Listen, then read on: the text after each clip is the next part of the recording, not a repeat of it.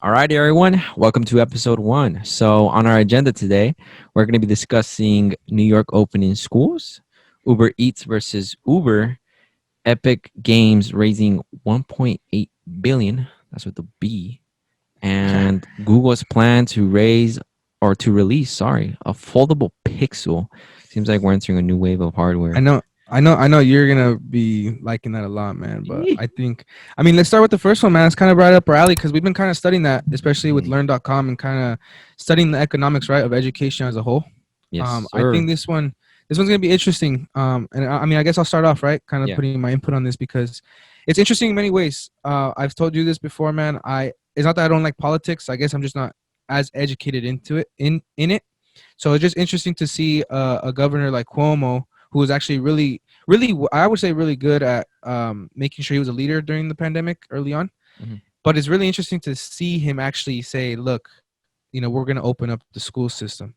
But if we look right here on the newsletter from what is this Morning Brew, um, it does say right here the order doesn't mandate that schools reopen across the state, just that they're allowed to. So local officials will need to put a plan together if they want to move forward with in-person classes. So that's a really interesting little piece of info, right? Because it's not a mandate. So I guess you could say the fact that him deciding to do that is still giving him the choice to open, right? Now, kind of back to like the education side, I think that it's very interesting because we saw things where people and staff members and teachers were really stressed about learning online, and that's one of the things we talk about at Learn. It's like, how can we make the online experience a lot better? And that's one of the things we're tackling. So it's I don't know. I think it's a hard shift. Like, you just went from a pandemic to teaching online, students maybe not even showing up, students that don't even have accessibility to a laptop to Mhm. even attend online classes. And now you're saying, okay, well, you could open up, but it's like, I don't even think, maybe they do want to go back, I'm not sure. But I mean, I don't know, man. It'd be interesting to talk to actual teachers. That'd be pretty cool, man. We should actually reach out to some teachers. But I mean, that's my take. It's just really interesting to see a governor open up the school system, and they say that actually New York is largest school district. So Mhm. I mean, I don't know. It's interesting stuff, man. What do you think? Yeah, I think this is a big soup of many variables. Definitely multiple angles can be covered on this conversation, but I Hmm. think I want to focus a little bit more on how you're talking about the learning experience for students, specifically in primary education, K through 12. Yeah. These kids are really they're going through history in the sense that their education process was really disrupted, and who knows really how much they're learning. And also a big part of school is the social experience of interacting with your friends, all the Very true. dynamics of really socializing. So the fact that they're not really experiencing that is, in my opinion, a hurdle in their experience. But then on top of that, what you were saying, some students don't have access to hardware, to internet, and if they do, it could be very limited. Hmm. So, the experience for online learning for primary education, it's so difficult to really provide an effective solution. It might not even be the optimal solution for the K to 12 market.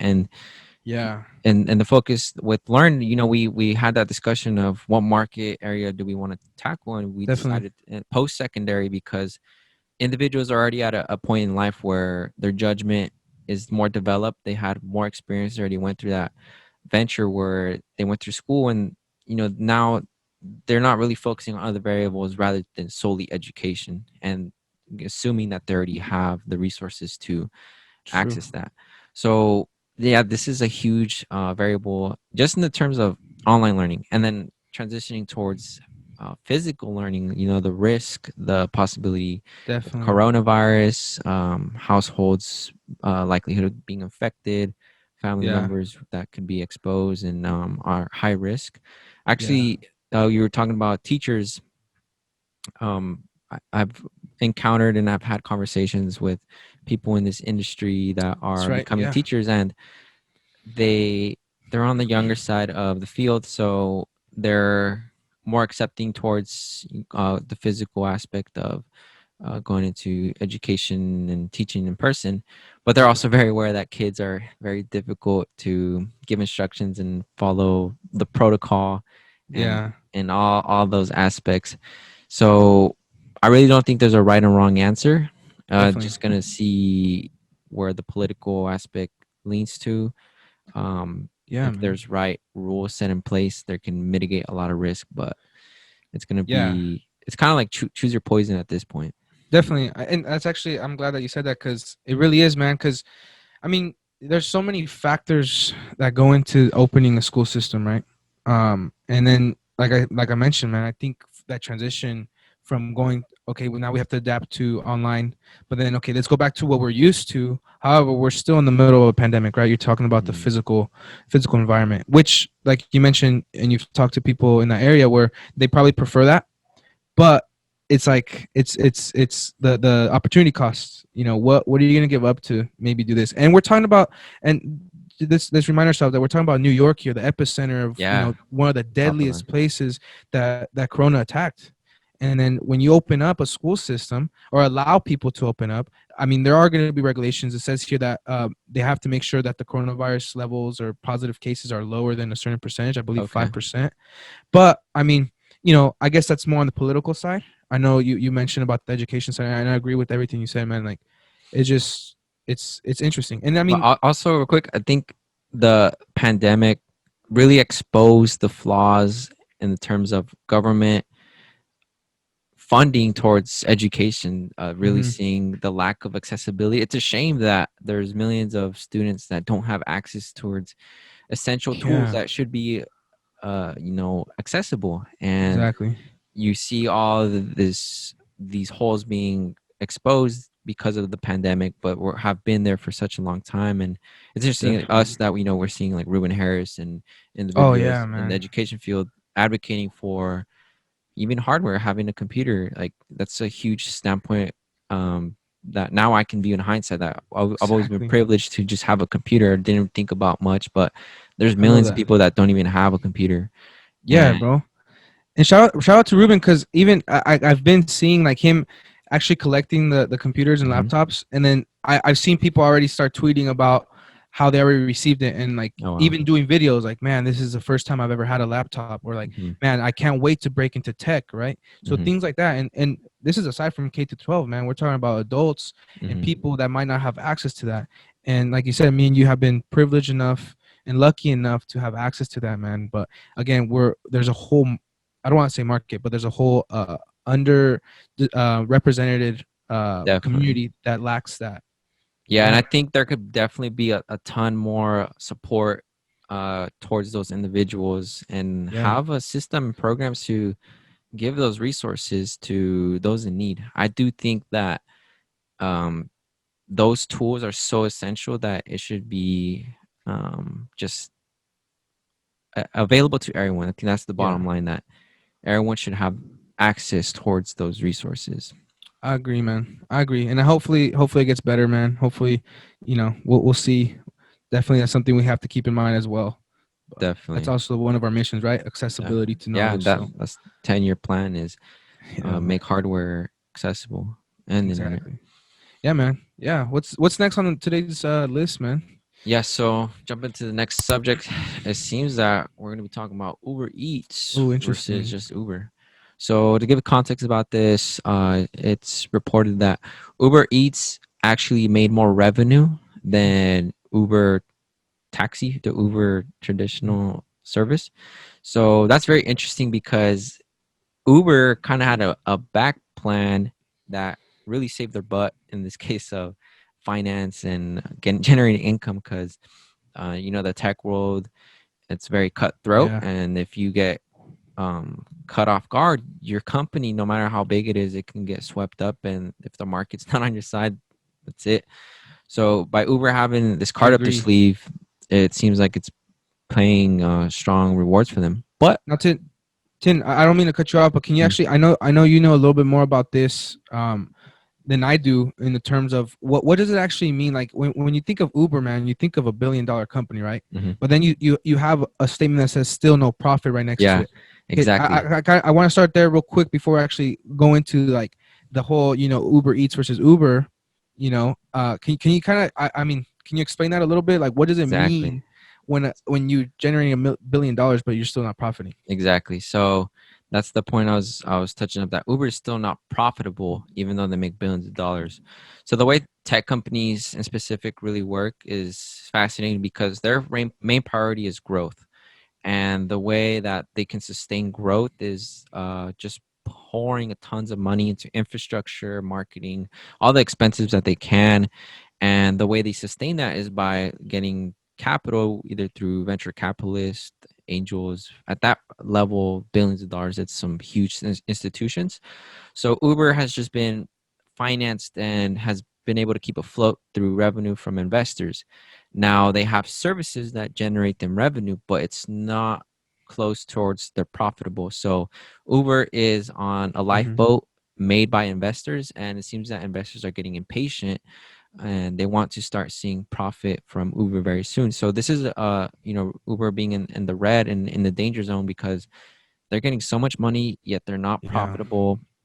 Investors are getting impatient, so all the variables are still putting Uber in danger. But having Uber Eats seems like it gave them a little lifeblood Yeah. to survive Yeah. for them, And I mean, we're talking about an 11-year-old company here, man. Like, I and think, they're public. yeah, fairly young. But like you said it, man. Investors are getting impatient. They need to see that. They need to see that they get out of the red. And And it. Uber's sorry, Luis. No, Uber's go very ahead, man. difficult because they've been getting really hit with legislation laws, and Hmm. it's interesting that the market, they were really going for major market share. They do have market share, but they started getting hit with a lot of laws. For example, Hmm. one is in California, is that they want Uber riders to be considered employees, and all of these variables of like insurance and Oh wow. payroll, and Okay. that really hurt Uber, and actually ended up hurting the drivers themselves because they were relying on like the freelancing economy, and Yeah. that law really disrupted some of the process. So that was one of them. And like the UK, I think Uber is illegal in, I think, London, or like Hmm. it's facing a lot of laws that are preventing it from reaching some pretty sufficient goals. So it's interesting that they're not profitable, they're getting hit with laws, and they're just really getting hit with a lot of things at once. Yeah, and like you mentioned, they're a public company too, man. And it says here that 16%, their stock plunged 16%. Yeah. And it's interesting you mentioned about that freelancing culture, because that's kind of how they marketed it too. When you're marketing to drivers, it's like you make your own schedule, you're your own boss, right? But it's like, even you've heard some concerns too with actual employees. Like, I'm talking about the actual drivers, Hmm. about their relationship with actual Uber. It's either good or bad. And then, I mean, bro, we go back a year, 2 years, like when they were actually highlighting like the dangers of Uber, right?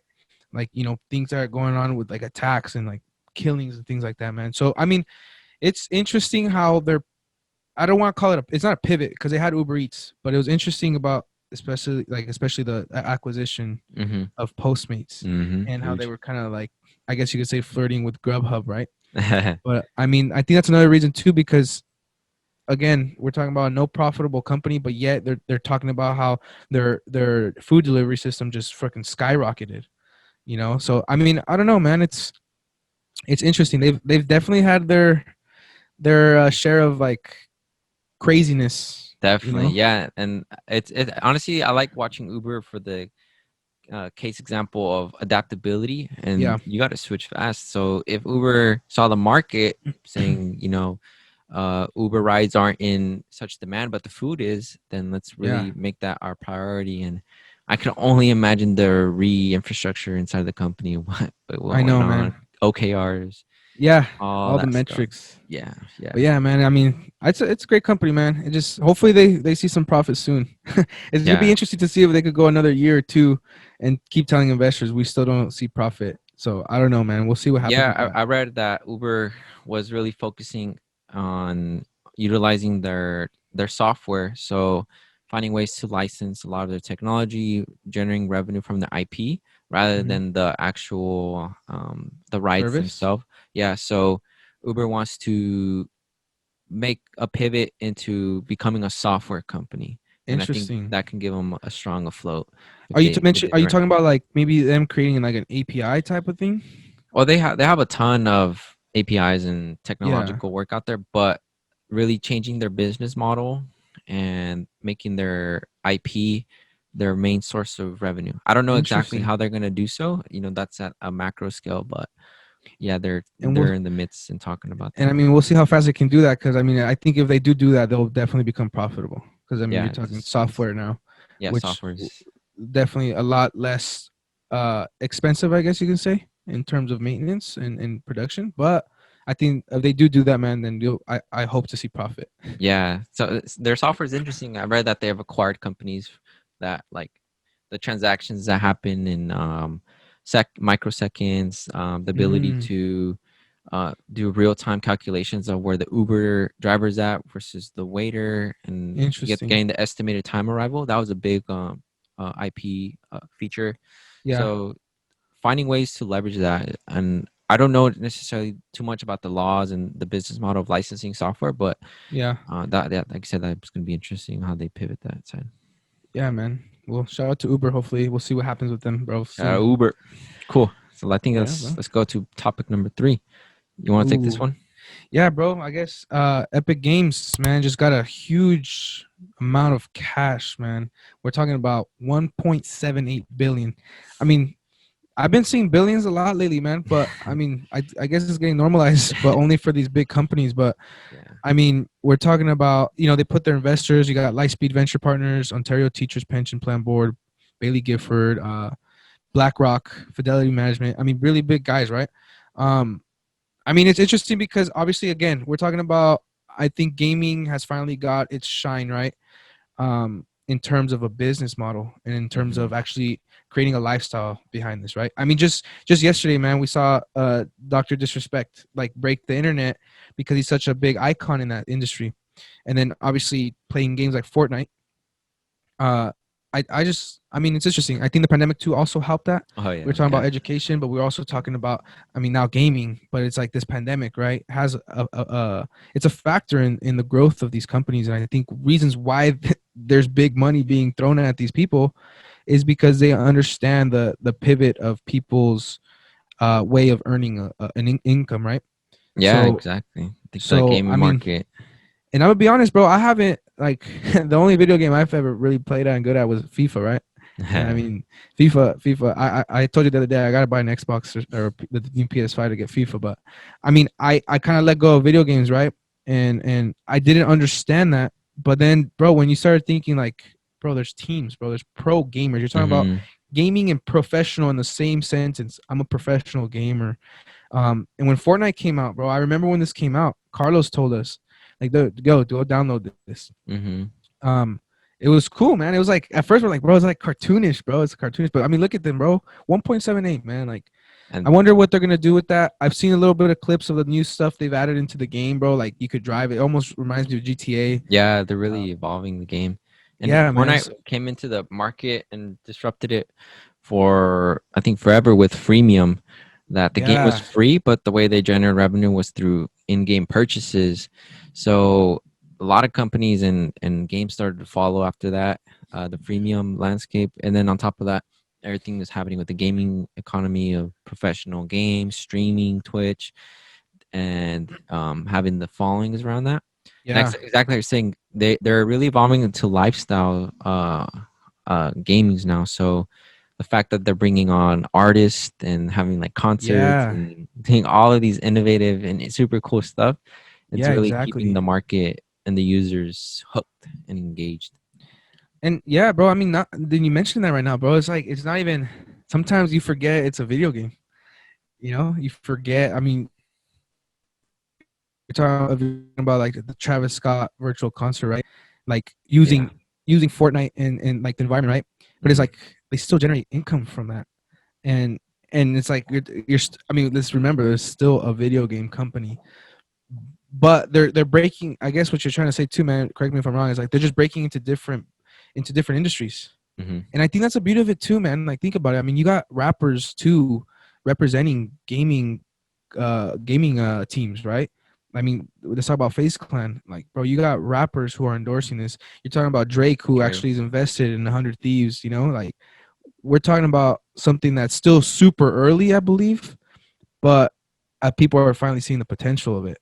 And it's interesting, man. It's also, like you said, it's another tech company, and they've been around, but it's just interesting how this one game really changed that. It was like a pivot point. I don't Exactly. know, man. It's gonna be interesting. I mean, imagine, bro. Just imagine, bro. Someone gave you 1.7 billion dollars. Like, what do you do with that? Like, it's it's a lot of money, The dude. Billy, 1,000 millions. Yeah, and dude, they I guess it says right here too. This includes a $250 million investment from Sony. Oh So that's wow. interesting to see, man. Sony's such a big company as well. So I mean, I don't know, man. The future of gaming is gonna be really cool. The culture itself is really. I like it, bro. I told you the other day too, man. Like, I like the jerseys for that the teams wear.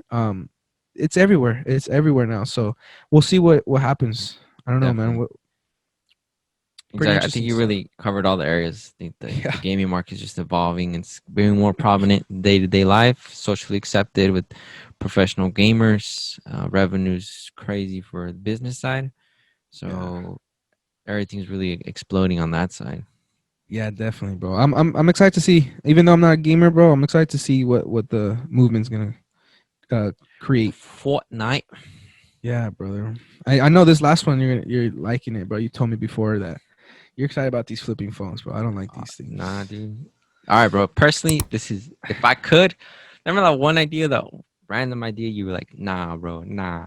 Which I one? just said about if phones get bigger and bigger, like to an iPad size, Uh I huh. wouldn't mind like putting a necklace and like carrying it. Oh And then, yeah, I I remember just that. think that the more capable hardware it gets and the going hand in hand with accessibility, I'm for it. Like if I can have a phone that is capable of doing what a computer can, and Yeah. it's really getting to that point, I'm for it. Like I really think it. The only thing Yeah. now is limitations with the human interaction with it, with size and like with the mouse and all the other variables. But I really like it, and I think the flip phone, it's gonna be disruptive. It's gonna cause some friction. I Personally, agree. who knows how it's gonna be, but I've always been optimistic that with big changes, it's what's the economic term? It's the bell curve. It's called the crossing the chasm Oh, with correct. Yeah. early adopters, early mass adopters, late mass adopters, and late adopters. Yeah. Um, who And knows? again, Maybe it's just gonna be a mass adoption thing. yeah. Foldable phones is gonna be the norm. I guess. Yeah. I guess you're right, man. I mean, I wouldn't want to buy something that goes around my neck to carry an Oh, iPad with the that's phone. extreme. That's No, I extreme. know. No, I That's know what you mean, one bro. in a But million. but no, you're right though, because I mean, bro, like the way the phones and the hardware are built around these things, they seem to just get bigger and bigger, right? Like I even said, like when I had the iPhone 7 and I got this iPhone 11, right? It's a lot thicker, but it's because the battery is a lot bigger. But I mean, does size is size relevant? Is it always going to go up as batteries get bigger, or is there going to be an efficient way to create the same battery power in a lot smaller, battery? Yeah, And create phones that are not even big, just decent size. You could still have in your phone in your pocket, right? However, like the flip phone, man, like I'm gonna be honest, like it's cool. I mean, I don't think I would buy it. And I mean, we're talking about the Pixel here too. Like the Pixel is such a really good phone too, man. Like yeah. this phone was actually the one that actually almost changed my mind from becoming a Google user from an Apple It did. aficionado. Like so. I mean, it's cool. It's a cool concept. I think why I think it's cool, not because I mean I'm talking about a design perspective here, bro. Mm, Like I don't think it looks cool. I think the hardware part is cool. Like how can you make a LCD screen fold on itself and open it up without having creases on it or like cracks or things like that, right? With this new Motorola phone that came out too. That hmm. was one thing too when people were like I think it was at CS was it CSS? I think what's his name? I'm blanking out, man. Marcus Brownlee made like Mm. a review, and he's like actually folding the phone. He's like, bro, there's absolutely no cracks. There's no sound like of it cracking. Like that stuff. That to me is cool. The actual like product, Look of it. yeah, dude. Like I don't know, like let me pull out my phone real quick, and I don't know. It's more like the experience, I guess. But then again, bro, I've always been the person where I feel some type of way about something, and like maybe once I see it or experience or get that, if you get it, Carlos gets it, Marcos gets it, man, I might feed into that and be like, yo, I think I'm gonna get this. Yeah, and also we don't know about the UX of it too. So I True. mean, it really the way I view it, it's going to be the same thing of a regular smartphone, right? You can have it vertically on one like a normal phone. It is going to be thicker, but if you True. need that extra hardware capability, boom, just pop it. It's a plus one. And then we saw this. It's interesting the human behavior of changes at a Yeah. scale like this, right? With like the iPhone Plus, I remember Yeah. when the Plus came out, a lot of people were like it's too big. No one's gonna buy that. You can't really hold it appropriately. It's not Exactly. ergonomic. And look at that, they just swept the market. So Exactly. it's one of those cases we'll see as it goes. But if I were to put some money on the bet, I would say I'd go long on foldable phones. Definitely. No, yeah, that's a good way to foreshadow that. And I mean, I'm gonna ask you this, man. Do you think that being said, do you think Apple would transition to something like this? Uh I mean, it's hard to possibly. tell. It's kind of just like an Yeah. open, you know. Personally, Apple. I think if the foldable market just gets big and big, I've noticed I said market a lot. I'm starting to sound like a economicist. Dude, it's It's the because the I know what you business mean, bro. side. But Yeah.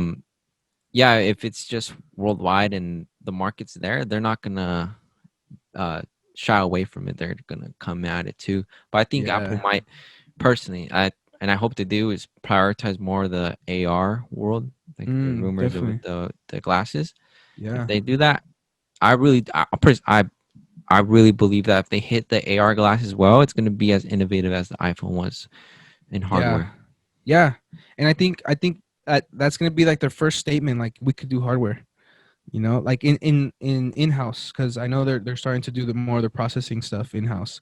So Hmm. that's gonna be super cool, man. I agree. And another thing, bro, like I think to close it off is almost like, do you believe that Snapchat was ahead of its time with their goggles? Oh, with the spectacles, that's Yeah, man. interesting. I don't know. I didn't personally go use them myself. I really like the way they hyped them up with making them exclusive and in person. Like you got to find the spot. But then also the thing about the hardware is that what I've read about hardware too, and this is where Apple gets it perfect, is the social signaling aspect. Yeah, true. The spectacles weren't aesthetically glamorous or appealing in my Hmm. opinion, and if someone was wearing spectacles, it would be like kind of clunky. They're cool, True. like they're cool because they're exclusive and they're recording content, but really they weren't signaling and up to par to what a human wants to project. And that's a True. big reason the Google glasses failed, because they also weren't socially and aesthetically Yeah. signaling. And Yeah. then on top of that is the fact that there's a camera there. All the social variables of the Yeah. dynamics of a conversation, like is this person recording me, like get uncomfortable. Yeah. So it causes friction on a very in-depth level. So Super yeah, true, man. yeah, I think they're saying that the AR for Apple is not going to have a camera just to avoid that. Interesting stuff, man. Interesting stuff. But yeah, man, I think we covered a lot today, bro. I Yeah, think this is fun. I'm glad that hell yeah. we jumped on board. Jumped on board impromptu. You just commented today and you pushed them. Like, all right, let's do it. Let's So do it, big shout out bro. to you today. Learn skis. Learn skis, Shout out Jablonskis. Marcos. Shout out Marcos for the skis. The trademark it. Shout out Carlos too, man. Crazy Yeah, stuff we're doing shout at out to you. Learn. I'm excited, bro. All right, Luis. Any last words before we depart? As always, man, something I always like to do on my side, bro, is like, you know me, bro. I like to, we're all grinders, bro. And I always like to say, keep striving, man. Whatever, if you're listening to this and you have something that you want to do, man, just go do it and just keep striving, bro. I like the That's all I message, have to say. brother. My message, I think I'm a little bit more meta, more of a thinker. Hmm. Just think and learn what you want to learn at your pace, at your time, and listen to your intuition, but seek the external guidance. And when you get to the point of finding your channel, go deep. I think that's an aspect Love I it, would bro. focus on. Love it, man. Great stuff, man. Until Yes, next time. sir. You too, bro. Broskis. All right. Till next time.